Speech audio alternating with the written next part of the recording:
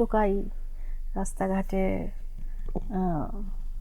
এরকম মানুষও দেখা যায় না আসলে। টোকাইরাও মনে হয় কিউট, সুন্দর, নেশাখোর। আপনার একদিনের প্রিয় মানুষ, একসময়ের প্রিয় মানুষ, যার জন্য কেঁদে বুক ভাসাতেন, তাকে এখন টোকাই বললেন? বা অনেকদিন না খেয়ে আছে এরকম বলে না যে মানে সবার অনেক মায়া লাগতেছে তার চেহারা দেখে, যে শুকায় গেছে, লায়লা তো ভালো ভালো খাওয়াইতো, এখন ভালো নাই। তো এখন এই ব্যাপারে আপনি কি বলবেন? এই ব্যাপারে আমি বলতে চাই যে মানুষ যখন প্রেমে পড়ে বা মানুষ যখন বিয়ে করে তখন দেখবেন যে তাদের ফিজিক্যাল অ্যাপিয়ারেন্সটা অনেক কোমল, সুন্দর, সুইট, কিউট, মানে একটা মায়া ভাব চলে আসে, হেলদি হয়ে যায় মানুষ, গুড।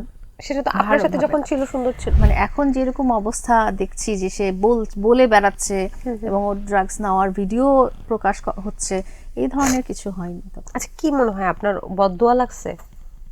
বদদোয়া তো লাগবেই, বদদোয়া দিছি আমি অনেক, একদম মন ভরে বদদোয়া এইভাবে দিছি। দিছিলেন? একদম, হ্যাঁ, মন ভরে বদদোয়া দিছি। কি মনে হয় যতটুকু দিয়েছেন সেটা কি পেয়েছে? হ্যাঁ, ইনশাল্লাহ, আলহামদুলিল্লাহ।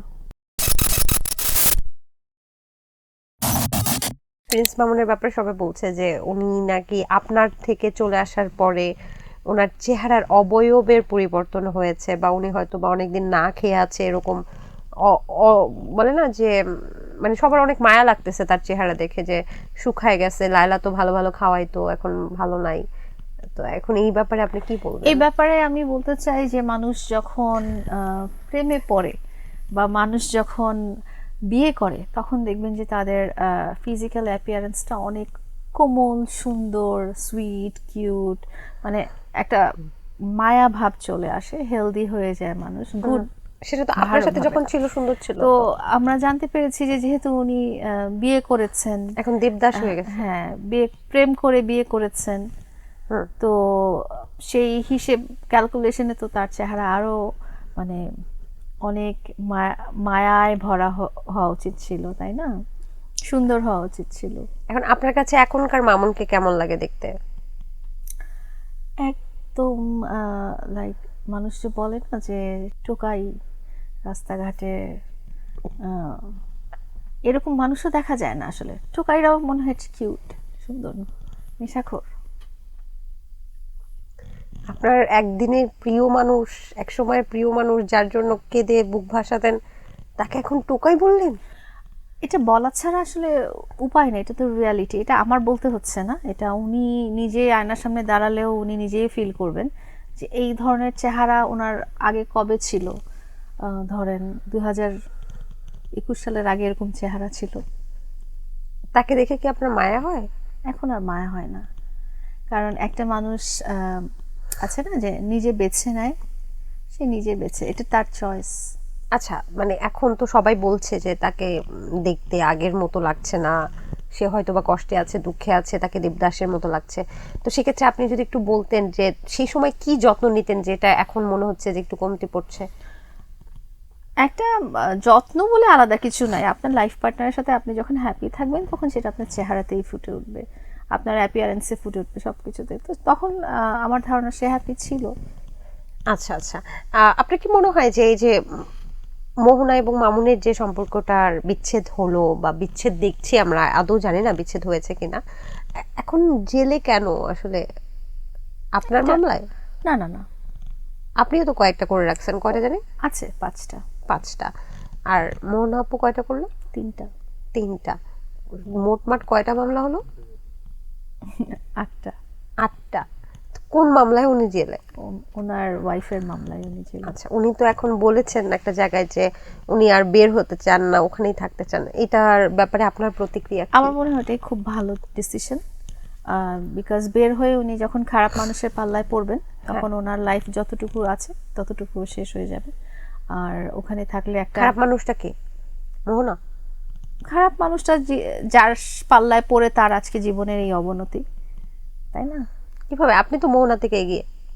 এগিয়ে মানে কি? 5টা দিছেন আর উনি মাত্র 3টা। মামলার কথা আলাদা, মামলা হচ্ছে যে আপনার আইনি সহায়তার জন্য যেটা করা হয়, বাট আমি বলেছি খারাপ মানুষের পাল্লায় পড়ে 5টা, আমি আইনি সহায়তা চেয়েছি 5টা মামলা, মামলা ইজ লাইক লিগ্যাল এইড।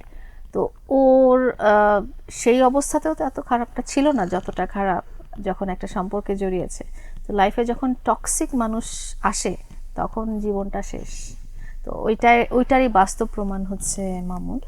তা আনুমানিক কত বছর যদি উনি জেলে থাকলে আসলে ওনার আমার সাথে রিলেশনশিপ ডিসপিউটের যেই আইনি প্রসেসটা আছে হ্যাঁ। ওটাতে উনি যদি সাজা পেয়ে যান তাহলে ওটার একদম এক্সট্রিম লেভেলের পানিশমেন্ট আছে। যাবজ্জীবন? হ্যাঁ, যাবজ্জীবন আর ফাঁসি। ফাঁসি? আচ্ছা, কি কি করেছেন আপনি? আমি কিছু করিনি, উনি করেছেন।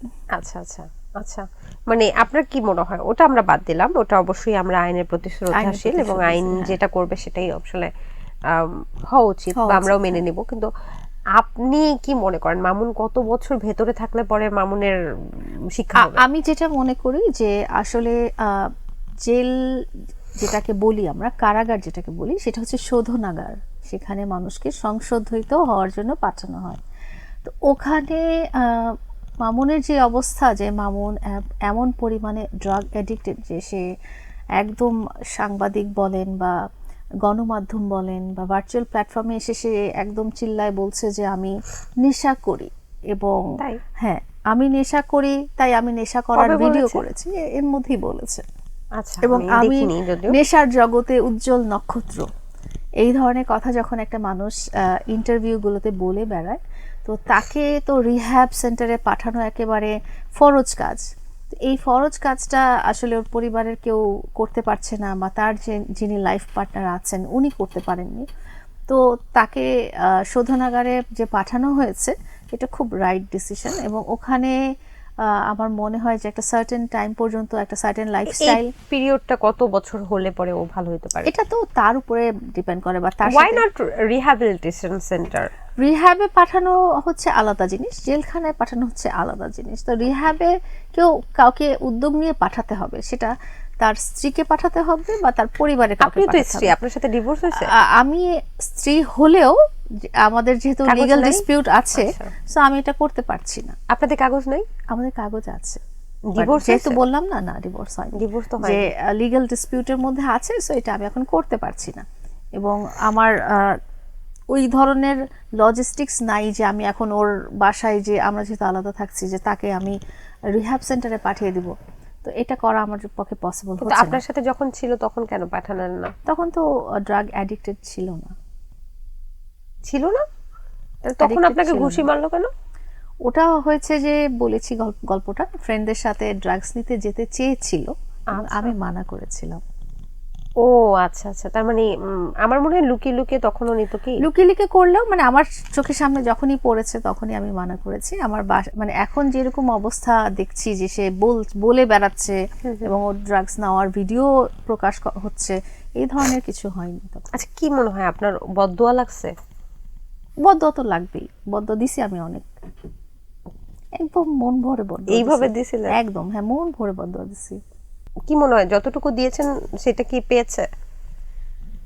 হ্যাঁ, ইনশাল্লাহ, আলহামদুলিল্লাহ। আরো কিছু চান? না, আমার মানে মনের আশা, খায়েশ মিটছে? হ্যাঁ, খায়েশ মিটে গেছে।